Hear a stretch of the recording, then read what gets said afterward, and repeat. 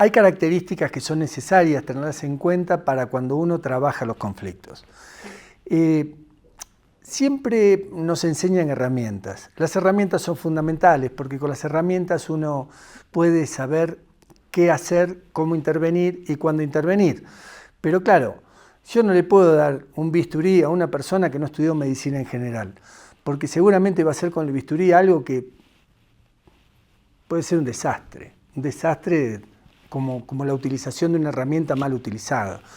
Entonces, concebimos la acción del operador del conflicto, la operadora del conflicto en el tratamiento del conflicto propiamente dicho. Claro que esto no es lo único que tenemos. Entonces, concebir esto como una mesa de 4 patas. Y esas patas son una tan importante como la otra. No es que la pata del tratamiento sea la única, con este pensamiento instrumental impugnatorio que tiene el campo de la gestión de conflictos. Porque lo que no es una herramienta no es. No, hace falta mucha teoría, hace falta mucho conocimiento, pero hace falta también concebir que hay 3 patas que son tan importantes como el tratamiento. Una de ellas es la prevención. En la prevención está puesto el ojo desde el lugar donde uno puede llegar a contribuir para que el conflicto no exista como conflicto. Y la verdad que nosotros no trabajamos para que no existan los conflictos. El conflicto lo concebimos como un motor social. Nosotros trabajamos para que el conflicto no llegue a tener cuotas de violencia, que la violencia no impregne el conflicto. Por eso la prevención es tan importante. Y trabajar en prevención requiere empezar de vuelta en ver dónde tenemos que poner el ojo, con quiénes tenemos que trabajar, con qué redes podemos trabajar, con qué actores podemos trabajar, quienes trabajamos en el campo de la gestión constructiva de conflictos. Entonces aquí las redes son fundamentales, el derivar, hay que derivar concretamente a una red a la cual uno pertenece, hay que formar parte de esos nodos, de esos nudos que tienen las redes, que tan importantes son a los efectos de poder contener a tiempo y al mismo tiempo tener la capacidad de derivar a un lugar donde puedan llegar a dar respuestas efectivas. Las redes son un elemento central dentro de lo que es la gestión constructiva de conflictos y nosotros promovemos que no se puede trabajar esperando que el conflicto te llegue. Hay que trabajar con los conflictos en los lugares donde está el conflicto, por eso siempre digo que la necesidad de estar allí no es que uno tiene que estar allí, es que uno con las redes está allí. Por eso tiene que trabajar y poner mucho esfuerzo también en la constitución de redes y en formar parte de las redes preexistentes. En tren de esto también, una de las patas que es fundamental es la educación para la convivencia y la paz. En este sentido, yo diría que hay un concepto que el mediador Fulleda ha llevado al campo de la gestión de conflictos y tiene tanta bonomía ese concepto que hay que revalorizarlo. Es el concepto de la polinización. Diseminar en la cultura social la gestión constructiva de conflictos. ¿Esto qué quiere decir? Pensar en los niños, pensar en la escuela, pensar en los lugares donde está la socialización, pensar en las familias, pensar en el deporte, pensar en la cultura, en estos lugares donde hace falta hacer crecer muchas más flores de las que están hoy en día en el campo. ¿Por qué hay que hacer crecer más flores?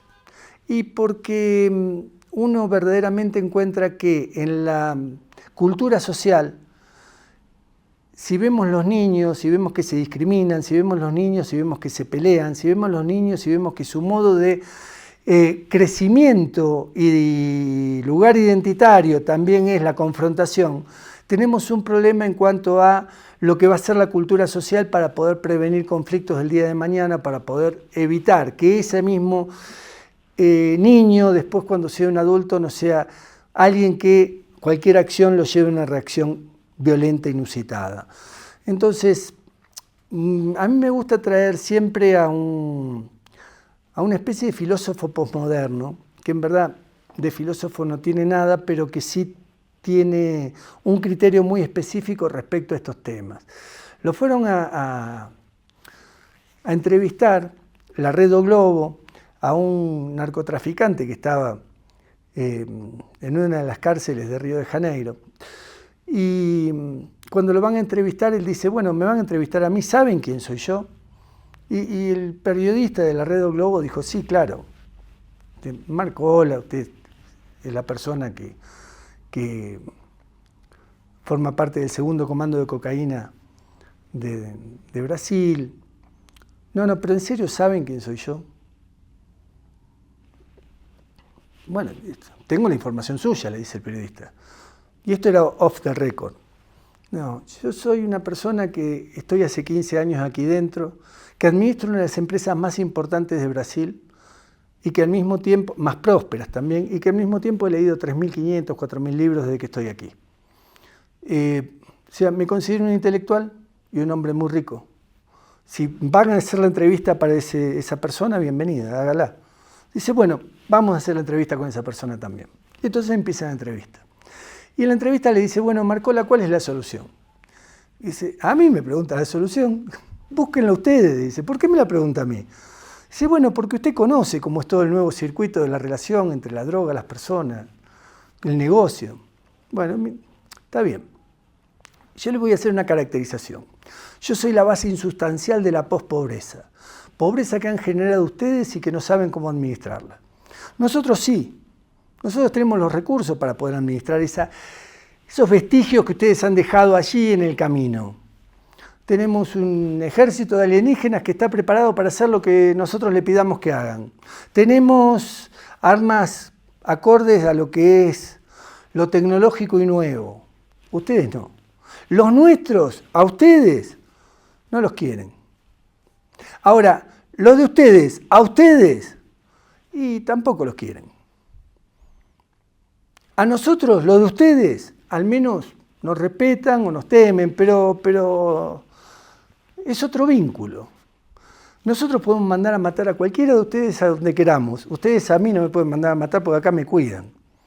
Entonces somos distintos, pero yo sí le voy a dar un tip, una dica, una solución. Empiecen de vuelta y empiecen por los niños, porque todo lo demás lo tenemos de algún modo ya permeado nosotros.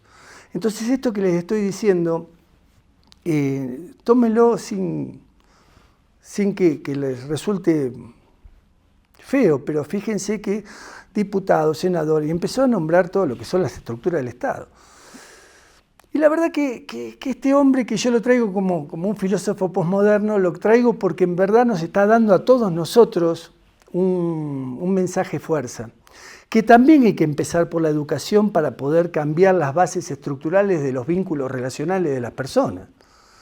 Es imposible que no tengamos en cuenta que ya hay una cultura social de polarización, de choques culturales, de acciones y reacciones, de violencia inusitada, que lo trae el propio sistema de la desigualdad. Bueno, entonces empecemos de vuelta también. Y si queremos llevar cultura de paz a algún lugar, la tenemos que llevar a donde están los niños. Tenemos que trabajar con los niños, por eso la mediación escolar es tan importante. Por eso los programas de mediación escolar son fundamentales, pero no para que haya mediación entre pares, entre los niños, para involucrar a toda la comunidad educativa allí. La educación para la paz, la convivencia es fundamental. Y luego, la otra pata es el fortalecimiento individual y comunitario. Es central que tengamos en cuenta que hay una gran asimetría entre muchos actores y que algunos actores requieren darle fortalecimiento para poder ponerlos en pie de igualdad con otros. Es imposible generar espacios de oportunidad que permitan tener una mediación, un diálogo donde tenemos un desequilibrio enorme entre las partes. Alguien tiene que elevar, para hacerlo más simétrico, el vínculo relacional entre las partes. Y posiblemente no sea el tercero. Posiblemente sea otro que está ya intervinculado en la red, que le permita elevar a la parte a un lugar donde verdaderamente tenga la posibilidad de ser parte de un conflicto. Si no, va a ser siempre una reproducción o una lógica de reproducción de una cadena en la cual un eslabón más lo único que hace es una funcionalidad para que se vuelva a reproducir una lógica de sojuzgamiento, de violencia con la gente. Por eso, que tampoco sirva la gestión constructiva de conflictos como un modo de reproducción de la violencia. Estas 4 patas espero que hayan quedado claras. La mesa se constituye con esas 4 patas y el tratamiento solo no nos dice mucho, sino está acompañado por las otras 3 patas. Nosotros pensamos en procesos integrales de transformación de conflictos y esos procesos integrales tienen cierto grado de relación uno con otro. No podemos tener dimensiones de factores, actores, lógicas de poder si no tenemos en cuenta un buen análisis de situación. Pero al mismo tiempo, para tener ese proceso integral de transformación, tenemos que tener muchos actores vinculados, articulados, con coordinación de acciones, con intersectorialidad, con estrategias y procesos de intervención en el cual cada uno de nosotros podamos intervenir de un modo coherente, de un modo correcto, de un modo efectivo. Entonces, con análisis de situación y estrategias, con planificación, con procesos de intervención, vamos a tener después una evaluación sobre lo que estamos haciendo, involucrar otras miradas desde la interdisciplina. Por eso hablamos de procesos integrales de transformación. ¿Y cómo se constituyen esos otros procesos integrales de transformación? Con intervenciones integrales. Esto es, cómo relacionamos actores, cómo relacionamos instituciones, cómo al mismo tiempo ponemos núcleos temáticos, encontramos los temas y también involucramos autoridades. ¿Qué responsabilidades ponemos? Puede haber responsabilidad en caso de que sea un conflicto universitario de una universidad, pero si el conflicto es de lo social, tiene que haber una responsabilidad social. Si el conflicto fuera de lo político, tiene que haber responsabilidad política. O sea, le tenemos que dar responsabilidades a cada uno de los sectores que verdaderamente tienen que incluirse dentro del conflicto, pero ya diciendo, bueno, algo voy a aportar con el conflicto. Y para esto necesitamos colaboración recíproca. Por eso el abordaje tiene que ser estratégico, integral, interdisciplinario y tiene que conjugar derechos humanos, relaciones de poder, convivencia. Nosotros trabajamos mucho con la articulación, con la coordinación, con la participación, pero también con un enfoque dialógico, no con la quietud pactada. Porque hay instituciones que están más cerca de la quietud pactada que de una actitud proactiva, dialógica. O sea, desde el enfoque dialógico, lo que promovemos es que cada uno de los actores pueda tener intersectorialidad, pueda tener interinstitucionalidad, pueda tener coordinación de acciones, pueda estar articulado y pueda promover la participación. Pero para esto tiene que tener un enfoque de derechos humanos. Y si tenemos un enfoque de derechos humanos, el protagonista, que es un tercero que le devuelve el protagonismo a las partes, tiene que tener también control de convencionalidad.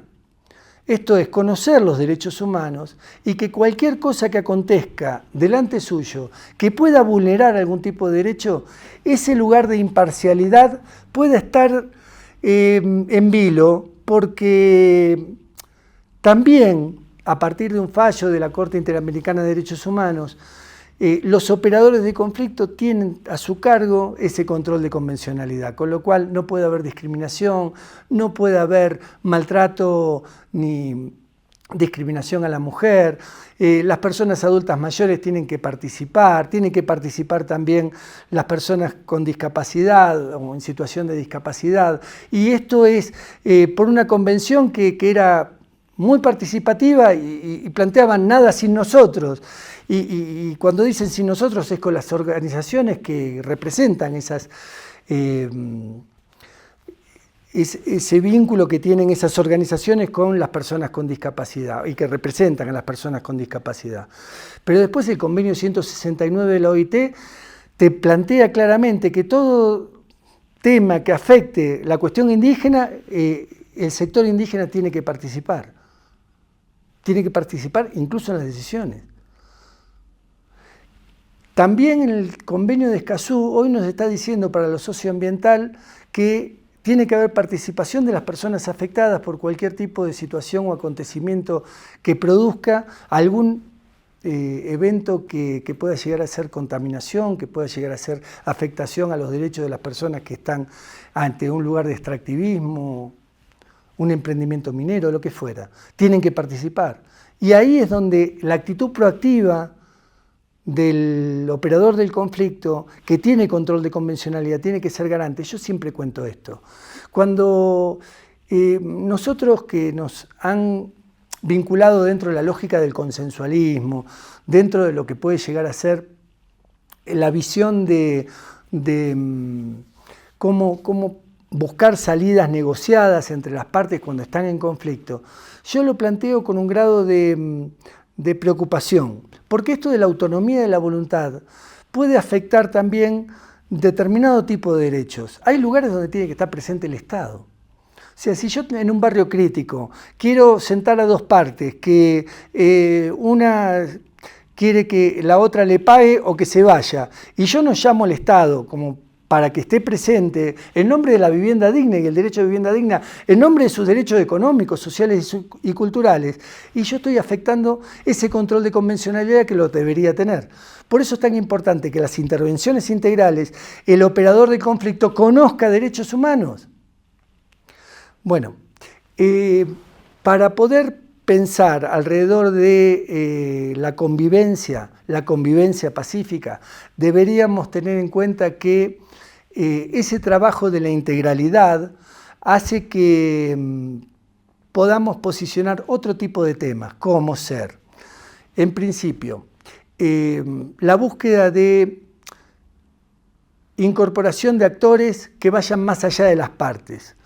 Y para esto, tanto Jean-Paul Lederach como William Ury nos han enseñado algunos principios que los voy a tratar de estructurar para que queden claros.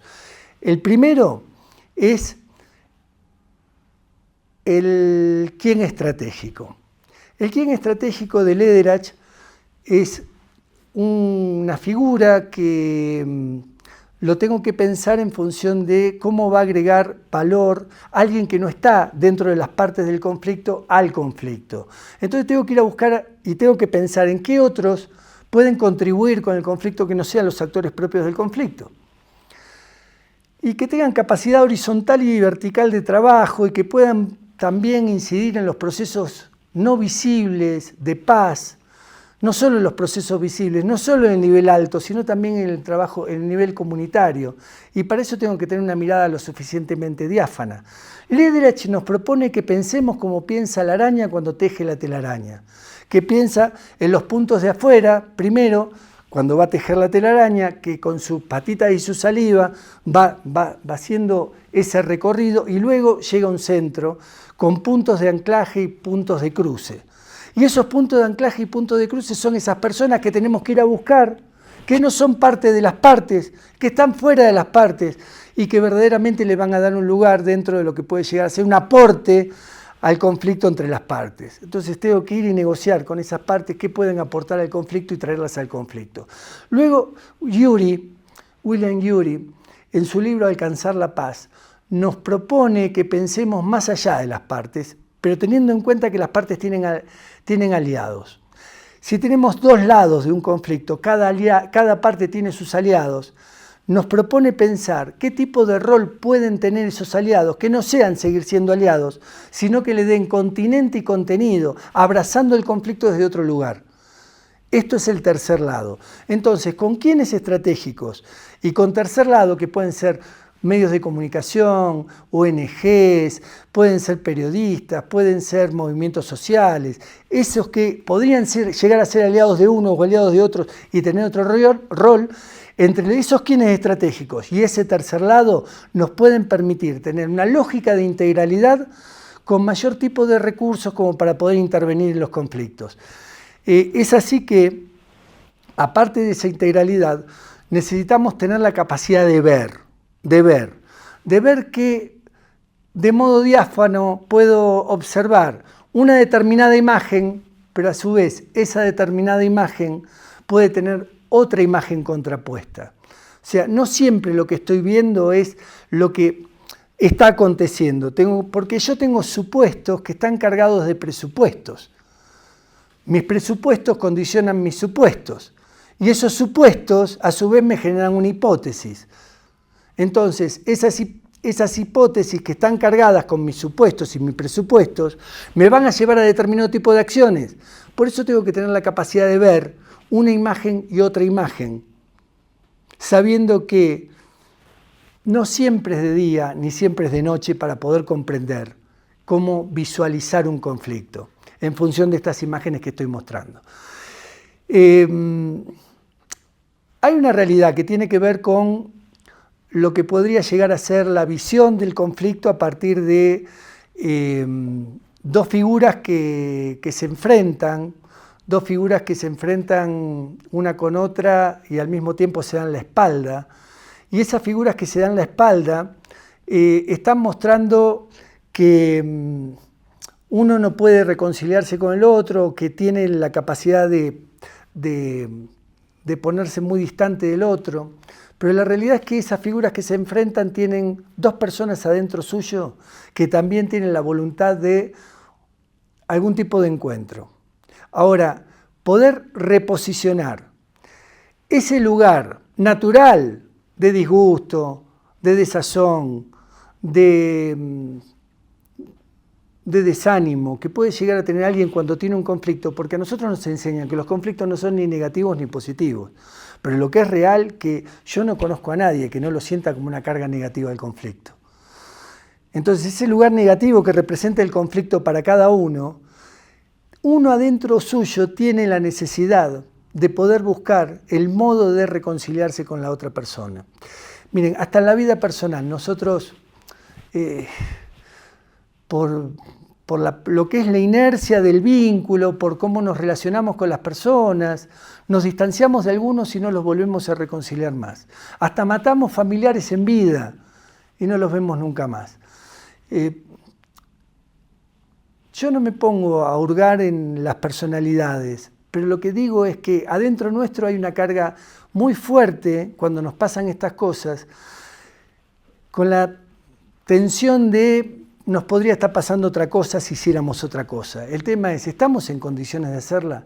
Siempre estamos en condiciones de hacerla. Por eso, el lugar de la gestión constructiva de conflictos nos ofrece la posibilidad de aquellas personas que puedan llegar a tener mucha bronca, una expresión colectiva, una búsqueda de reacción, como es la imagen de Bansky, que tan gráfica representa, ponerle flores en las manos a un actor social no implica dejar de ser actor social, no implica colchonarlo, no implica apaciguarlo, sino que implica darle el lugar que verdaderamente tiene que tener para que se encauce el conflicto, para que sean escuchadas sus demandas, para que sus formas de expresión colectiva sean realmente valoradas dentro de lo que es la asimilación del conflicto que deberían tener quienes están sensibilizados frente al conflicto por haber tenido también trabajo con ellos, que son los actores gubernamentales.